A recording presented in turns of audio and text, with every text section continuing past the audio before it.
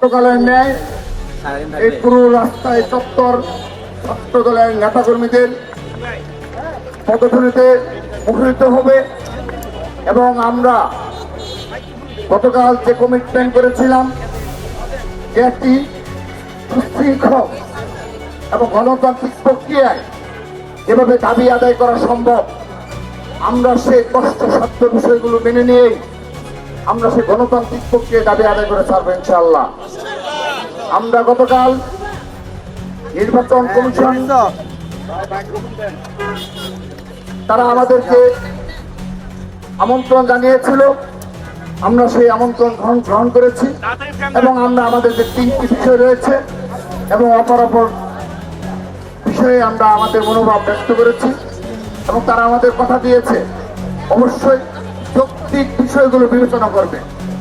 আমাদের দাবিগুলো অযৌক্তিক হলে তারা বিবেচনা করবে না, কিন্তু আমাদেরকে আশ্বস্ত করেছে আমরা যৌক্তিক ভাবে আমাদের দাবিগুলো তুলে ধরেছি, তারা আমাদের যৌক্তিক দাবিগুলো বিবেচনা করবে। আমরা আজকে তাদের সেই আশ্বাসের প্রতিফলন দেখতে চাই, বাস্তবায়ন দেখতে চাই। সেজন্যই আমরা দ্বিতীয় দিনের মতো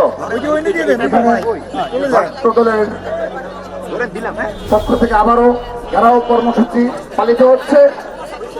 ছাত্র দলের সকল পর্যায়ের নেতাকর্মীদের গতকাল ন্যায় সুশৃঙ্খল ভাবে আমরা এখানে দপ্তরকে উপেক্ষা করে অবস্থান করব এবং আমাদের দাবি আদায় করতে যদি সারা রাত এখানে অবস্থান করতে হয় আমরা সারা রাত থেকে এখানে অবস্থান করব, কিন্তু আমরা আজ আমাদের দাবি আদায় ব্যতীত আমরা এখান থেকে ছেড়ে যাব না।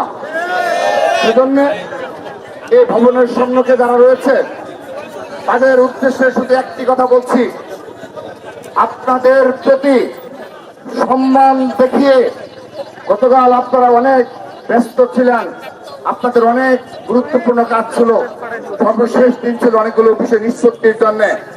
সেজন্য আমরা আমাদের ছাত্র দলের নেতাকর্মীদের স্লোগান দিতে নিষেধ করেছিলাম, কারণ আপনারা অবগত থাকবেন এই বাংলাদেশ জাতীয়তাবাদী ছাত্র দলের বিগত 15.5 বছর ঢাকার রাজপথে সকল ক্যাম্পাসে আমরা চেষ্টা করেছি আমাদের এই ছাত্র দলের পতাকা উঁচু করে ধরে রাখার জন্য।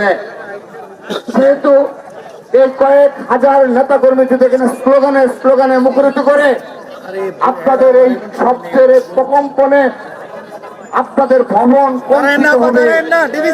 সেজন্য আমরা নিষেধ করেছিলাম যে আপনারা আপনাদের কাজ করুন।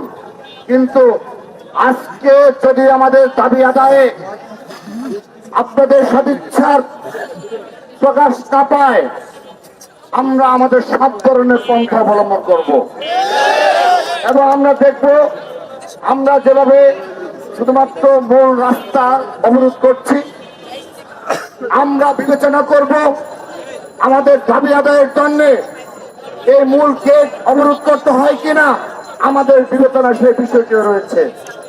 সেহেতু অনুরোধ জানাচ্ছি আপনারা দয়া করে আপনারা যে কথা দিয়েছেন অবশ্যই আজকের দিনের মধ্যে এই বিষয়ে আমরা আমাদের ফলাফল চাই এবং আমরা সুষ্ঠুভাবে আগামী 22 জানুয়ারি থেকে আর মাত্র 3 দিন পর থেকে আগামী 22 জানুয়ারি থেকে আপনাদের নির্ধারিত সময়ে পুরো বাংলাদেশে আমরা বাংলাদেশ জাতীয় ছাত্র দল নির্বাচনী কার্যক্রমে অংশগ্রহণ করতে চাই। সেজন্য আজ আপনারা সেই সমাধান দেবেন সেই প্রত্যাশা ব্যক্ত করছি এবং সবাইকে সুশৃঙ্খল ভাবে আজকের এই কর্মসূচি সফল করার অনুরোধ জানাচ্ছি।